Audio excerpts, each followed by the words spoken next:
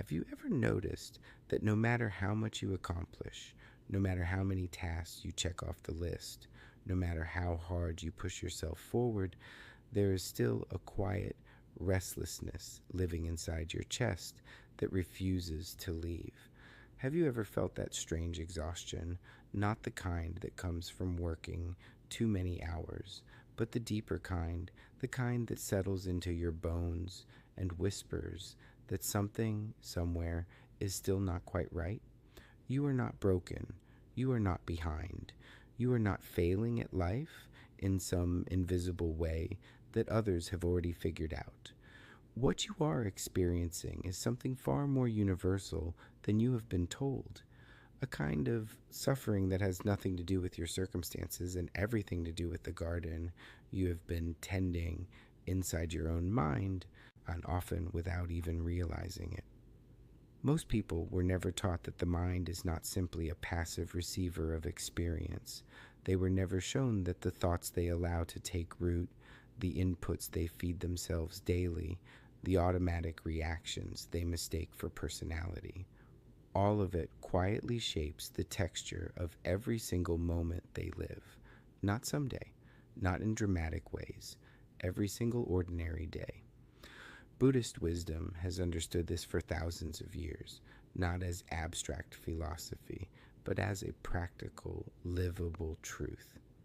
The quality of your inner life is not determined by what happens to you, but by what you choose to cultivate inside yourself.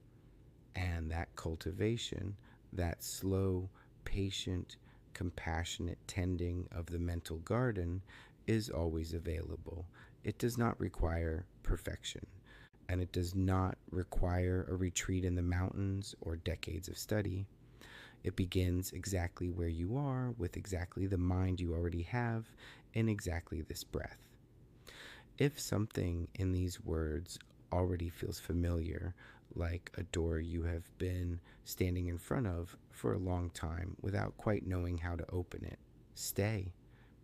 There is something here worth the few quiet minutes it takes to receive it. And if you find yourself wanting to return to these kinds of reflections again and again, consider subscribing, because this is the kind of conversation that deserves to continue. The ancient teachers described the mind as a garden, not as a metaphor meant to sound poetic, but as a precise description of how consciousness actually works. A garden does not grow randomly. It grows exactly what is planted in it, and it does not reward effort with good fruit if the seeds themselves are poisoned. It does not discriminate based on intention alone. It responds to what is actually placed in the soil. The mind operates in exactly this way. Every thought you allow to linger, every belief you reinforce through repetition, every emotional pattern you feed without questioning, these are seeds. And the garden does not wait for a convenient time to grow them. It grows them constantly, quietly, in the background of your daily life, until one day you look around and wonder why everything feels so heavy, or so anxious, or so relentlessly unsatisfied. This is not a reason to judge yourself. It is a reason to pay attention, because here is the truth that changes everything. You are not at the mercy of your garden. You are the gardener. And the first understanding that transforms a life is deceptively simple. Thoughts are not just private events happening inside a sealed container that has no effect on the outside world. Thoughts are directional. They point the body, they orient the will, they shape the choices that then become your days. The Buddhist tradition uses the word intention with enormous precision, not because intentions are magical, but because what you genuinely direct your attention toward begins to determine what kind of person you are becoming moment by moment. Plant compassion consistently, even imperfectly, and you begin to develop a nervous system that defaults toward kindness.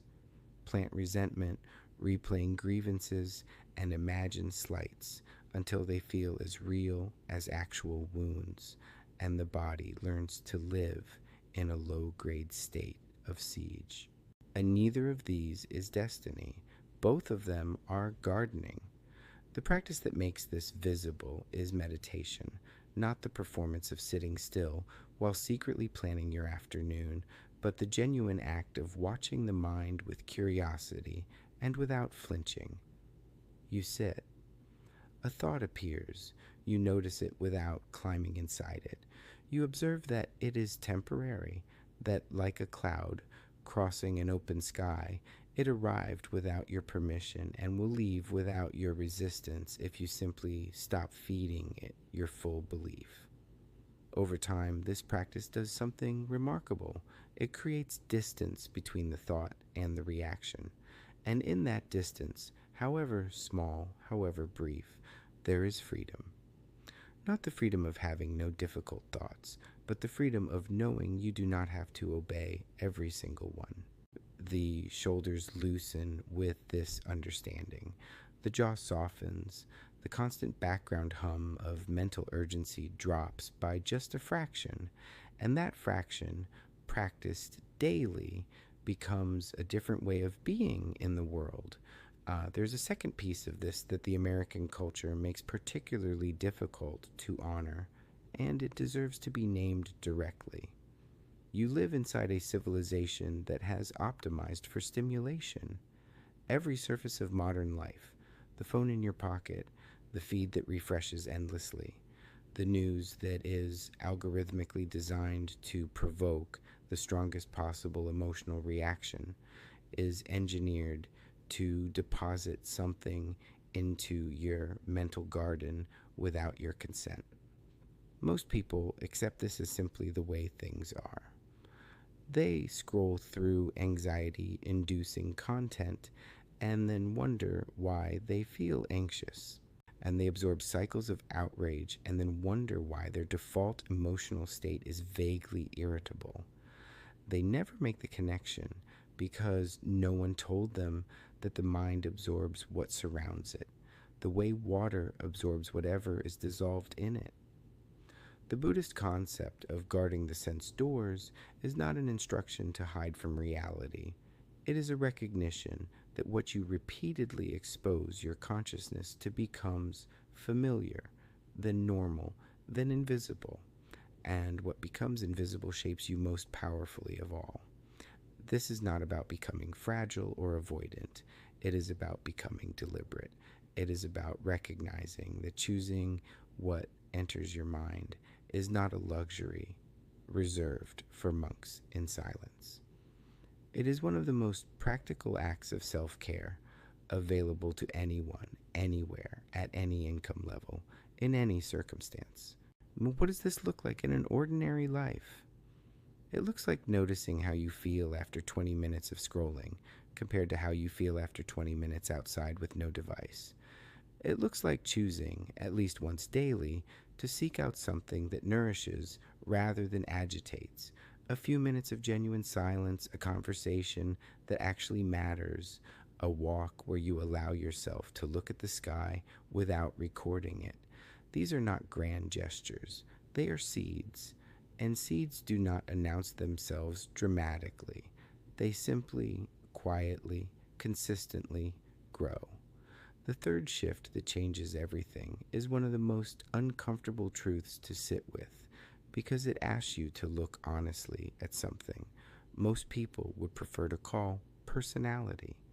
You react the way you react, sharply, defensively, automatically, sometimes in ways that later surprise even you. Not only because of what's happening in the present moment, but because of every time something similar has happened before. The brain is not a neutral processor. It is a pattern completion machine.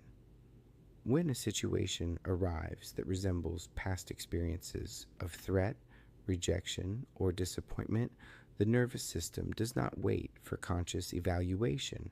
It fires, it responds based on the accumulated sediment of every previous wound, every learned adaptation, every story you have been telling yourself since childhood about what the world does to people like you. This is not weakness. This is neurology.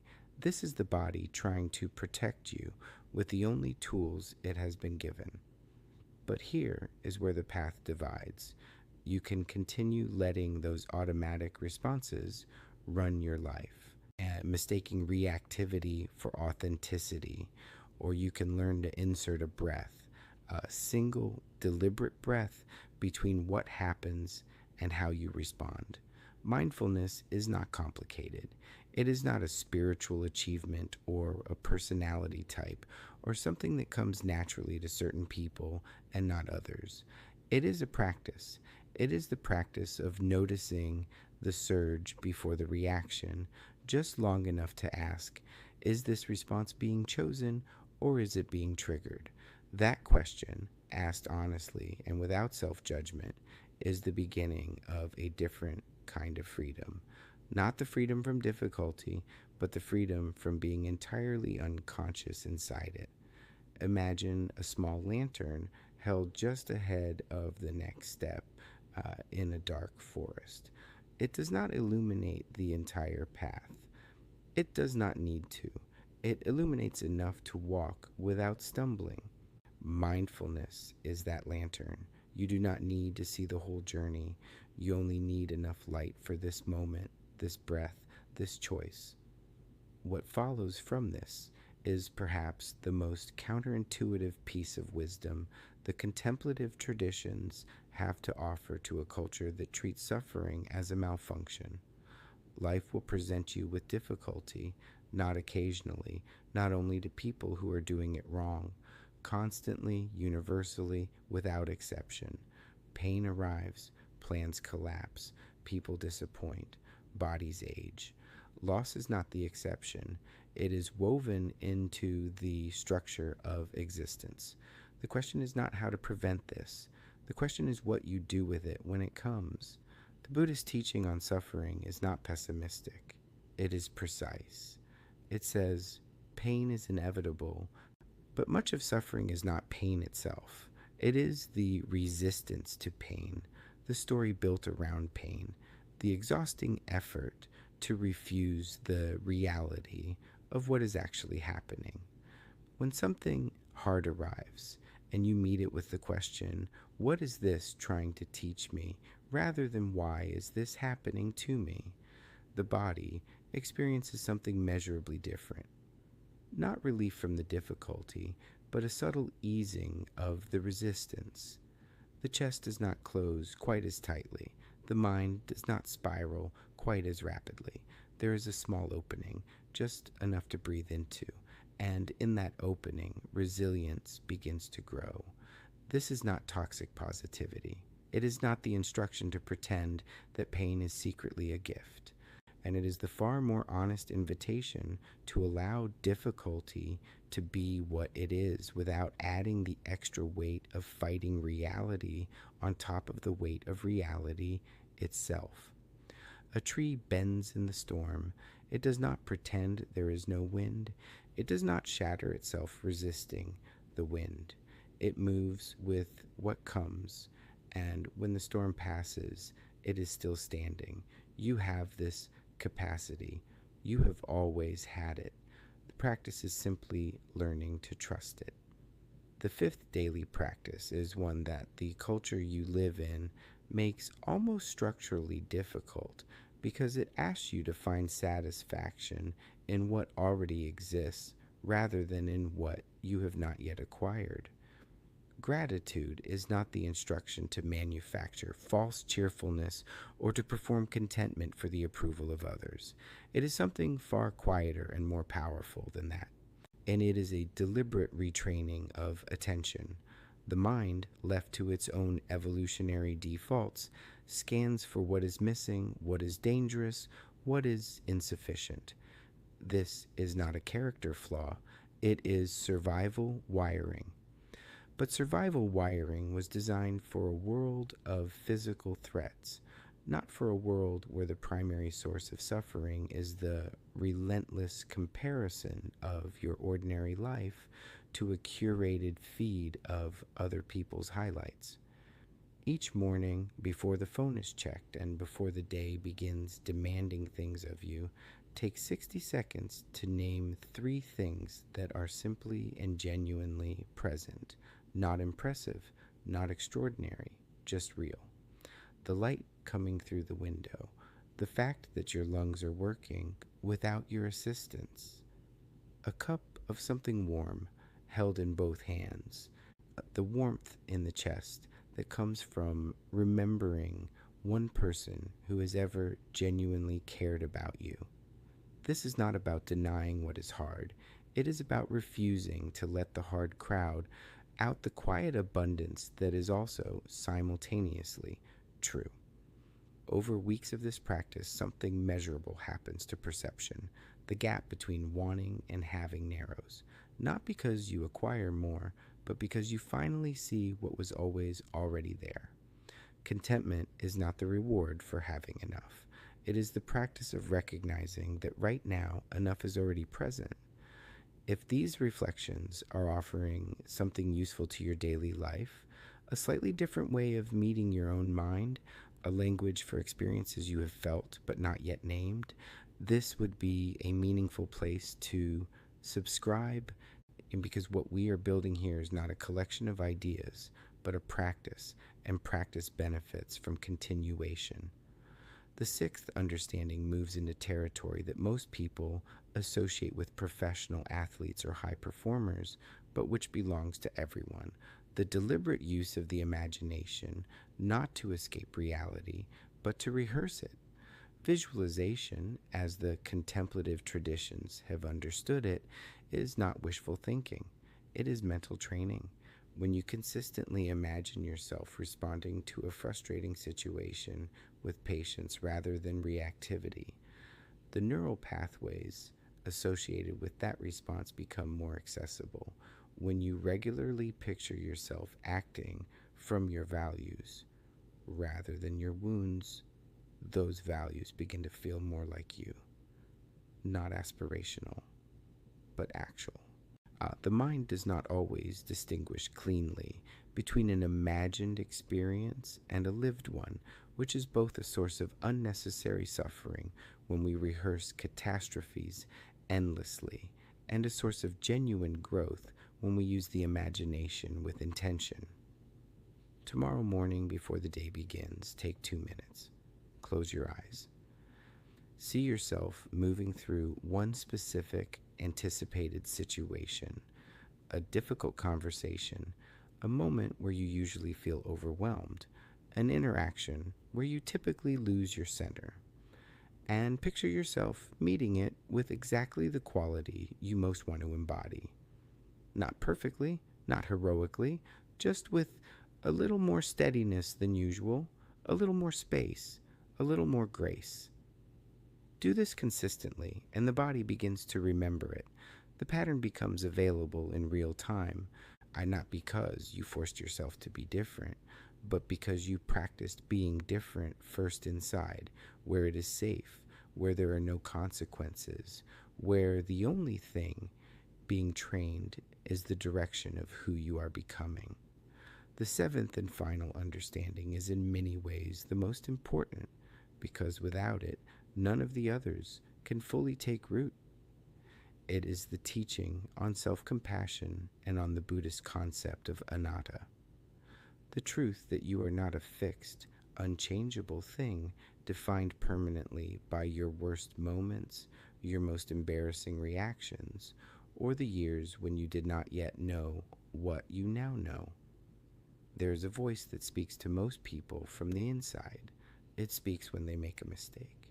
It speaks when they compare themselves to others and come up short. And it speaks late at night when the day's failures feel more vivid than the day's ordinary decencies. For many people raised in a culture that valorizes achievement and treats imperfection as evidence of fundamental inadequacy, this voice is not gentle. It catalogs failures with remarkable precision. It applies standards that would never be tolerated if directed at someone else. It calls this vigilance, it calls this high standards. But what it actually creates over time is an inner environment so harsh and unforgiving that genuine growth becomes almost impossible, because growth requires the willingness to try things before you are certain you will succeed, and certainty is unavailable to anyone living under constant internal threat. The practice is this: when the harsh voice speaks, do not argue with it and do not obey it. Simply notice it. Notice that it is a pattern, old, well worn, genuinely trying to protect you from something it learned long ago was dangerous. Then, deliberately, speak to yourself the way you would speak to someone you genuinely love who is struggling with exactly what you are struggling with. Not with saccharine reassurance, with honest, warm, grounded kindness. The kind that says this is hard and you are doing your best and you are not your worst moment and you are allowed to begin again. This is not lowering your standards. This is creating the inner safety that makes real growth possible. A seed does not grow faster when you press down harder on the soil above it. It grows when you make the conditions right, when there is warmth, when there is water, when there is room. You are not the person you were 5 years ago. You are not fixed in the shape of your worst day or your most regrettable choice. You are a living process, constantly and quietly becoming. The question is never whether you will change. The question is only whether you will tend that change with cruelty or with care. These 7 practices are not a checklist. They are not a program with a graduation date. They are invitations, gentle, patient, available every single morning to participate more consciously in the life that is already happening inside you. Begin with one. Begin with the smallest one. Begin with 60 seconds of gratitude or one conscious breath before reacting, or one moment of speaking to yourself the way you would speak to someone you love. Let that be enough for today. Tomorrow, return. This is what practice means. Not perfection accumulated over time, but presence returned to again and again and again, each time with a little more ease, a little more trust, a little more of the quiet freedom that has been waiting for you inside the most ordinary moments of your life all along. May your mind grow quieter. May your garden grow more beautiful. May the peace you have been searching for reveal itself to you in the smallest, most unheroic moments of your everyday life. And may you finally recognize it for what it is when it does. If this reflection meant something to you today, subscribe and stay close, because this conversation is one worth continuing together.